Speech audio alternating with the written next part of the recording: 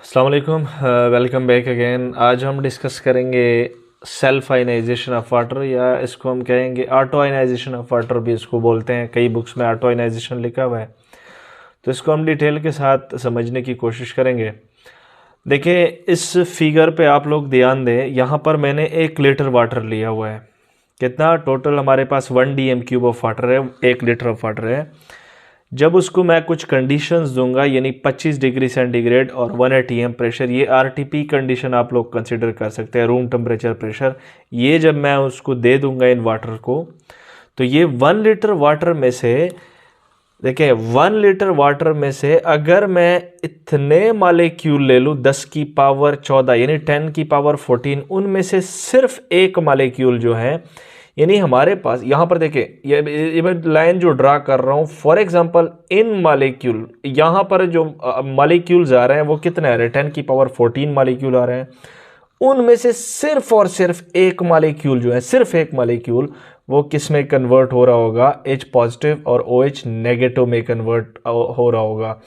तो ये जो, अब देखिए, इस आरटीपी कंडीशन पे ये आयनाइजेशन हो रही है, तो इसको बोलते हैं ऑटो आयनाइजेशन ऑफ वाटर। इसका मकसद ये है कि वाटर ना होने के बराबर जो है वो आयनाइज हो रहा है। तो इतने मालिक्यूल में से सिर्फ एक मालिक्यूल जो है वो किस में कन्वर्ट होगा, वो आप लोगों को दिखाई दे रहा होगा, H पॉजिटिव और OH नेगेटिव में जो है वो कन्वर्ट हो रहा होगा। यानी कितने मालिक्यूल में से, 10 की पावर 14 में से सिर्फ एक मालिक्यूल। इसका मकसद ये है कि वाटर जो है वो ना होने के बराबर जो है वो डिसोसिएट होगा।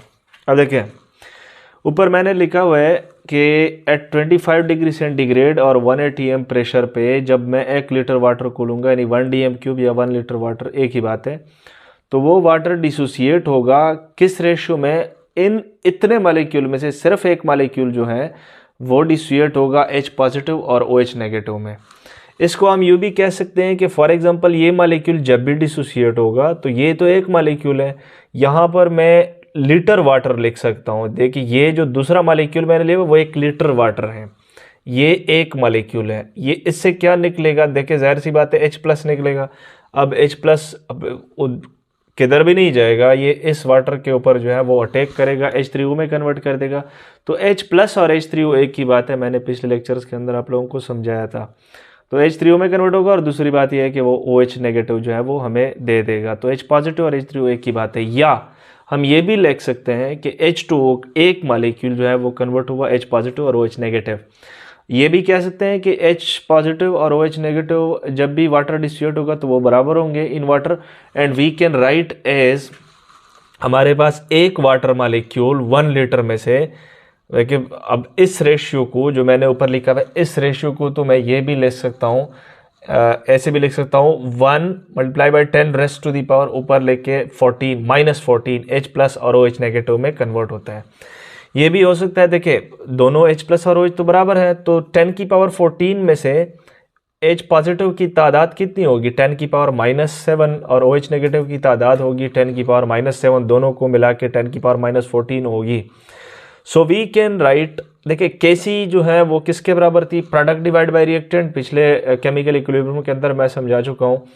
यहाँ पर Kc बराबर होगी, प्रोडक्ट क्या है, प्रोडक्ट हमारे पास H+ और OH नेगेटिव है। देखिए, ऊपर लिखा हुआ है H पॉजिटिव और OH नेगेटिव हमारे पास प्रोडक्ट है, और रिएक्टेंट क्या है, 1 लीटर वाटर। देखिए, रिएक्टेंट की कॉन्सेंट्रेशन यानी प्रोडक्ट की कॉन्सेंट्रेशन डिवाइड बाय रिएक्टेंट की कॉन्सेंट्रेशन। यहाँ पर आप लोगों ने ये ध्यान देना है कि देखिए, 1 लीटर वाटर में अगर थोड़ा सा हमारे पास रिएक्टेंट जो है वो किस में कन्वर्ट हो रहा है, प्रोडक्ट के अंदर कन्वर्ट हो रहा है, तो ओवरऑल इस वाटर की कंसंट्रेशन, ओवरऑल कंसंट्रेशन कांस्टेंट रहेगी।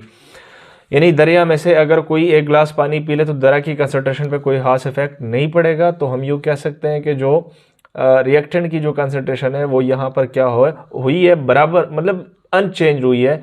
तो इसकी कंसंट्रेशन को मैं क्या मानता हूँ, 1 मानता हूँ। So as 1 litre water concentration experience negligible effect, तो उस पर कोई खास इफेक्ट जो है वो वाकया नहीं हो रही। So we can write as KW, देखिए, Kc को मैं रिप्लेस कर रहा हूँ KW से, क्योंकि यहाँ पर मैं वाटर के लिए लिख रहा हूँ।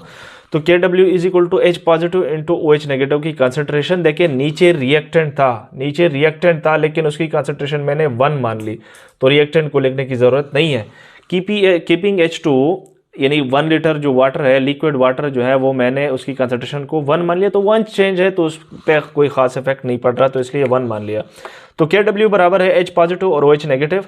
अब देखिए KW की यूनिट क्या निकल रही है, यहाँ पर भी मोल पर डीएम क्यूब और यहाँ मोल पर डीएम क्यूब, दोनों मल्टीप्लाइड में, मल्टीप्लीकेशन में, तो मोल मोल का हुआ मोल स्क्वायर, डीएम क्यूब का हुआ डीएम पर डीएम क्यूब पर DM6। तो ये आप लोगों के पास क्या हुआ, KW की यूनिट हो गई।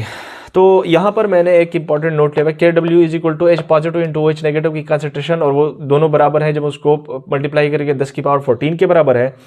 तो H यहाँ पर अगर मैं रीअरेंज कर दूँ, दोनों साइड को OH पे डिवाइड कर दूँ, तो H पॉजिटिव बराबर है KW divide by OH negative. इसका मकसद ये है कि जब आप इस वाटर के अंदर एसिड को डालेंगे तो H पॉजिटिव की कंसंट्रेशन बढ़ेगी, तो इसके पैराडॉक्स OH नेगेटिव की कंसंट्रेशन डिक्रीज होगी। इस पे मैं डिटेल के साथ नेक्स्ट वीडियो में बात करूंगा।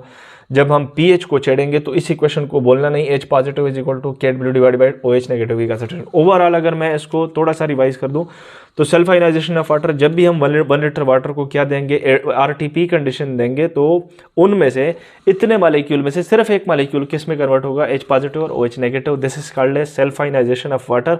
ये जहन में याद रखना है कि वाटर जो है वो बड़ा ही बैड इलेक्ट्रोलाइट है, क्योंकि इतने मालिक्यूल में से सिर्फ एक मालिक्यूल, इतने मालिक्यूल में से सिर्फ एक मालिक्यूल जो है वो आयनाइज हो रहा है। आई होप समझ आ गया होगा। Thank you.